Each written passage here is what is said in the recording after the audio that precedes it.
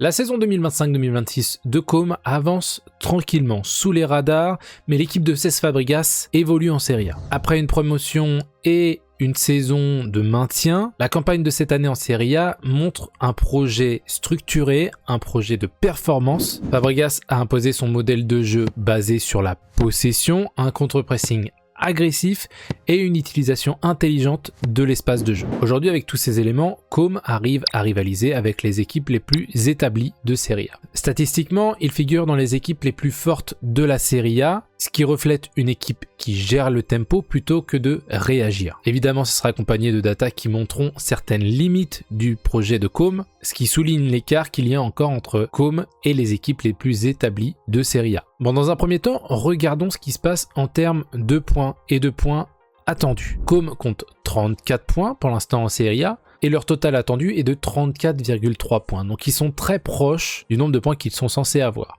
Et contrairement à plusieurs équipes en Serie A qui pourraient surperformer, Com a en championnat une position qui reflète leur niveau. La différence de but de Com montre une équipe qui est dans le contrôle et qui est peu volatile. Ils ont la volonté de contrôler l'espace de jeu avec une défense compacte et une progression offensive mesurée. Tactiquement, ça montre que Com est une équipe structurellement bien positionnée et qu'ils ont un contre-pressing efficace, ce qui limite les attaques adverses et la qualité des tirs des équipes qu'ils affrontent.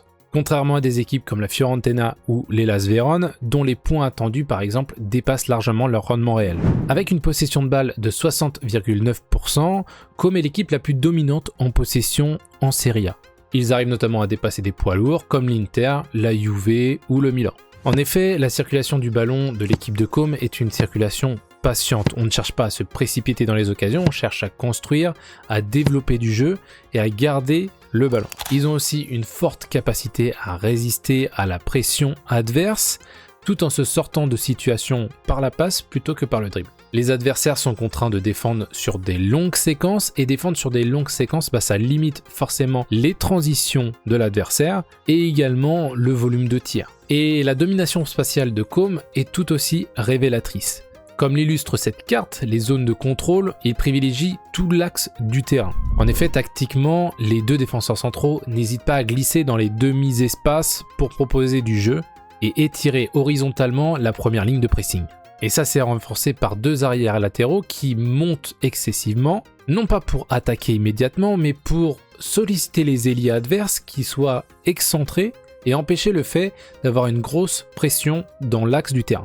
La libération de l'axe du terrain permet notamment d'avoir des espaces entre les lignes que Com pourra exploiter à travers des passes verticales une fois que le bloc adverse sera déstabilisé.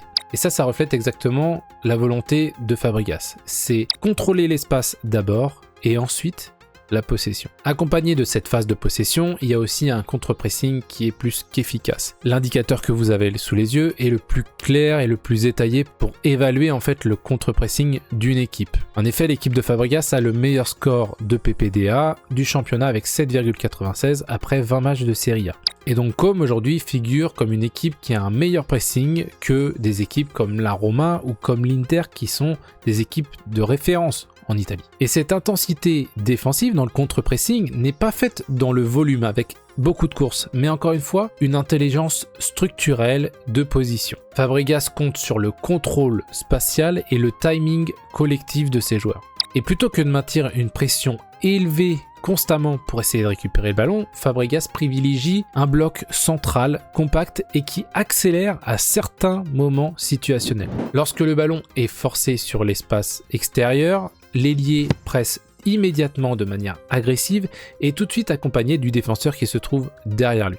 Généralement, les deux milieux défensifs, eux, protègent l'axe du terrain de toute passe verticale. Le pressing est toujours mené vers l'avant du terrain et dans la largeur. Pour ce qui est des deux défenseurs centraux, ils sont toujours un petit peu décalés, toujours prêts à intervenir en cas de passe entre les lignes, tout en conservant une vigilance pour la profondeur avec une couverture. Et ces comportements coordonnés permettent à Com de récupérer efficacement les seconds ballons et de lancer des transitions courtes et toujours structurées défensivement. En plus de dominer la possession et le contre-pressing, l'équipe de Com mène aussi la Serie A en termes de mixité entre des tacles, des duels et des interceptions. Cette donnée, en fait, on l'appelle la donnée du défi. Cette notion de défi, en fait, permet de voir quelles équipes sont plus agressives pour essayer de récupérer le ballon. Une intensité de défi élevée montre une équipe qui a un engagement défensif fréquent et une volonté de perturber constamment l'adversaire. C'est une donnée qui est évidemment étroitement liée avec le contre-pressing. Et évidemment, on retrouve Com à la tête de cette donnée-là avec 6,4 de données devant des équipes comme Bologne qui sont à 6,3 ou encore la Roma de Gasperini qui est à 6,2. Ça veut dire que chaque minute où Com n'a pas le ballon, l'équipe s'engage à être dans des duels défensifs, dans la volonté de perturber l'adversaire. Les joueurs de Fabregas sont entraînés en nombre à lutter contre la possession adverse et non à se replier dans une posture d'attente. Sur le plan offensif, Com montre aussi de belles choses avec un XG attendu de 31,78 contre 28 buts marqués. Il se situe juste en dessous de la Roma ou de Naples par exemple. Et cette donnée montre un équilibre en fait entre la créativité et la qualité des opportunités qu'ils ont sur le terrain. Le fait qu'ils soient sur une possession contrôlée, sur des actions qui vont être maîtrisées du début à la fin, font que les occasions qu'ils ont eues sont créées par des mouvements coordonnés plutôt que par des contre-attaques opportunistes. Et bien qu'ils soient à la traîne un petit peu en termes de volume de création d'occasions par rapport aux cadors de Serie A, leur efficacité et leur gestion des occasions révèlent une équipe qui est capable de produire régulièrement des occasions et de marquer en accord avec leur contrôle de la possession. L'autre donnée offensive qui démontre que Com est une équipe qui s'engage vers l'avant et qui se crée des occasions, c'est le joueur Nico Paz. Bon, bien évidemment, il se le distingue un petit peu partout avec ses highlights, mais c'est aussi un joueur qui a contribué à 265 créations d'occasions, que ça soit par un but, soit par une passe décisive, soit une participation d'une passe menant à une occasion. Et son influence, elle dépasse d'autres joueurs cadres de la Serie A, comme Kenan Yildiz, qui est à 222, ou deux stars internationales, notamment comme Nicolo Barella. Et la capacité de Paz à être dans les tirs de Com, à être dans les passes décisives de Com ou dans l'implication de transition souligne en fait toutes les connexions qu'il y a entre les joueurs de Com pour aller vers l'avant.